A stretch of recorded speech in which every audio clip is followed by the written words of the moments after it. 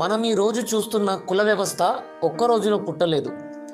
వేల సంవత్సరాల చరిత్ర, అధికార ఆశలు, మతపరమైన నియంత్రణల ఫలితమే ఇది. బ్రాహ్మణిజం ఎలా రూపుదిద్దుకుంది, వర్ణ వ్యవస్థ ఎలా కుల వ్యవస్థగా మారింది, ఇప్పటికీ అది మన జీవితాలపై ఎలా ప్రభావం చూపిస్తుంది. ప్రాచీన భారతదేశంలో సమాజాన్ని 4 వర్గాలుగా విభజించారు. దీనినే వర్ణ వ్యవస్థ అన్నారు. బ్రాహ్మణులు జ్ఞానం, క్షత్రియులు పాలన, వైశ్యులు వ్యాపారం, శూద్రులు శ్రమ. ఇలా మొదట ఇది పని ఆధారంగా ఉన్న వ్యవస్థే. కానీ కాలక్రమేణా ఈ వర్ణాలు మారలేదు. ఒకడు ఏ వర్ణంలో పుట్టాడో అదే అతని జీవితం నిర్ణయించే శాశ్వత ముద్రగా మారింది. పని ఆధారంగా ఉన్న వ్యవస్థ పుట్టుక ఆధారంగా మారిపోయింది. వేల సంఖ్యలో ఉపకులాలు ఏర్పడ్డాయి. ఒక కులంలో పుట్టినవాడు ఇంకో కులంలో మారే అవకాశం లేకుండా సమాజం తాళం వేసింది.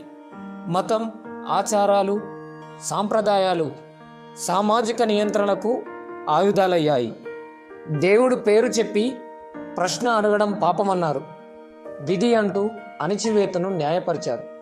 రైతులు, కూలీలు, కళాకారులు సమాజాన్ని మోసిన చేతులే, కానీ వారినే తక్కువగా చూశారు.